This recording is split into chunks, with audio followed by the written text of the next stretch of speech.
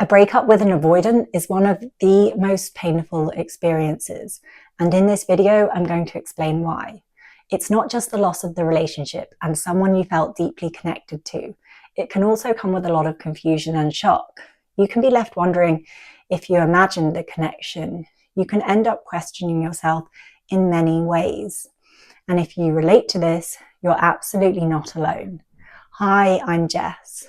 I've helped over 5,000 people find love, and I coach people one-on-one to heal their attachment style so they can feel secure and stop sabotaging relationships.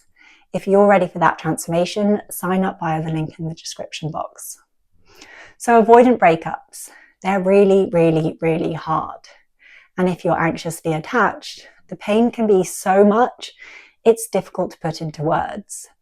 So what's different about avoidant breakups that makes them feel so brutal? Let's look at the reasons one by one. Firstly, the shock factor. One of the hardest parts of an avoidant breakup is that they often happen unexpectedly. It's actually pretty common for them to happen when things are going well, and they can come as a complete shock, because when the relationship starts to feel closer and more intimate, that's a big trigger for avoidance. It activates fears around vulnerability and that they'll lose their freedom. And when this happens, they do usually pull away or sometimes end things altogether. And it can seem like it's completely out of the blue because from your side, things were going well. The relationship was progressing and you probably felt a strong connection. So if you haven't dated an avoidant before or you don't know what an avoidant attachment style is, it can be very confusing, and that confusion can make the pain worse. Because you're not just grieving the loss of the relationship, you're also trying to make sense of something that just feels like it doesn't make sense. You can go from feeling safe and connected to being in free fall pretty much overnight. 2, the lost opportunity. Another factor that makes avoidant breakups so painful is the sense of lost opportunity. And this happens with most breakups to an extent, but it can be even stronger with avoidant breakups because it can feel like the relationship ended without really trying to work things out. And it can feel like it ended prematurely. So avoidants find it hard to express their needs and they really don't like conflict. So instead of voicing things in a relationship when they're not feeling good and then working through that challenge, they might shut down or walk away. Of course, this isn't all avoidance. But yeah, when this does happen, it can create a loop of what ifs that are hard to escape. It's like a sense of unfinished business. It can feel like you had this amazing, strong connection, that there was so much potential, but it ended before they really gave it a chance. You can end up thinking, maybe with some small changes, it could have been different. And those what ifs can keep you trapped in cycles of rumination, and it can keep you searching for answers that never come. I see this with my coaching clients a lot, and it makes it harder to feel a real sense of closure. And I've got something super exciting lined up for the end of the month. I've never shared anything like this before.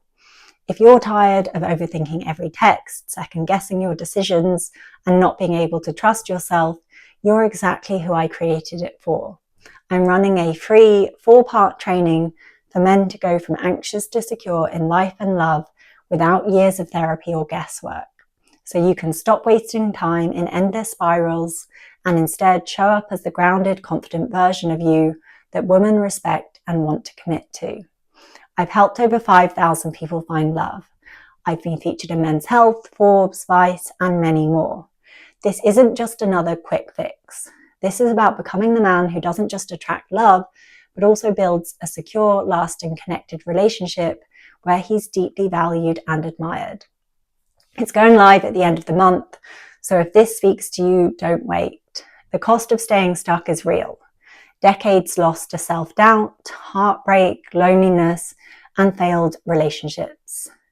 Click the link in the description box to lock in your spot. Registration is closing soon, so don't miss out. Number 3, the mixed signals. Another reason avoidant breakups hurt so much is because of the mixed signals that often come with them. When ending things, avoidants can be quite indirect and vague. They might say things like, I care about you, but I'm not sure if I can do this, or I'm not ready right now, but maybe in the future. And the reason they do this, it's a few reasons, but firstly, They don't like conflict, so they'll usually try to soften situations that could lead to conflict. Secondly, they probably do really care about you and they don't want to hurt your feelings. Thirdly, if they're pulling away because their fears were triggered, not because you're fundamentally incompatible, they likely realize this on some level, that you have a special connection, say. So they don't want to cut it off completely. And while they might be vague as a way to avoid hurting you, what it actually can do is keep you stuck in uncertainty, wondering if it's really over or if there's still a chance, or sometimes if it was a breakup at all. So you can struggle to know whether to really let go. Number 4, the was it even real effect. Another reason avoidant breakups are so painful is the self-doubt they can leave you with.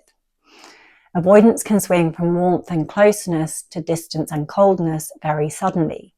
So you can end up questioning whether the connection you felt was real.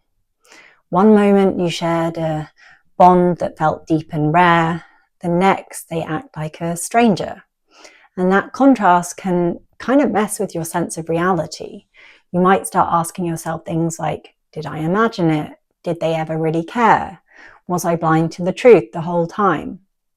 And this erosion of trust in your own perception is brutal.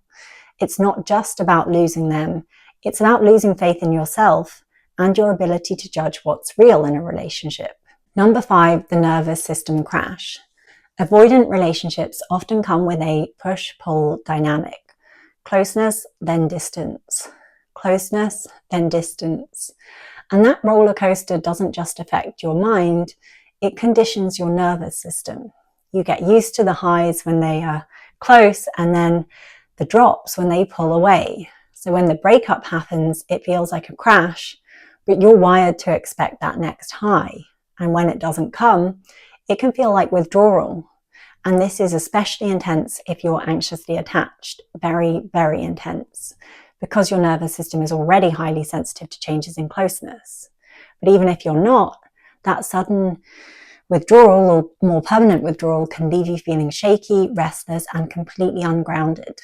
So there we have it. You can probably now see why avoidant breakups are so deeply painful, confusing, and really, really, really hard to get over.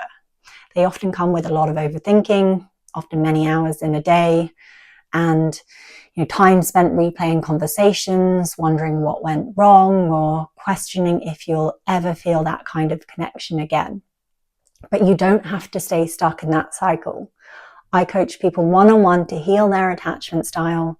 So instead of being trapped in overthinking and heartbreak, you can feel secure, trust yourself, and finally build a relationship that feels both stable and deeply connected. If you're ready for that transformation, sign up via the link in the description box. Thanks for watching.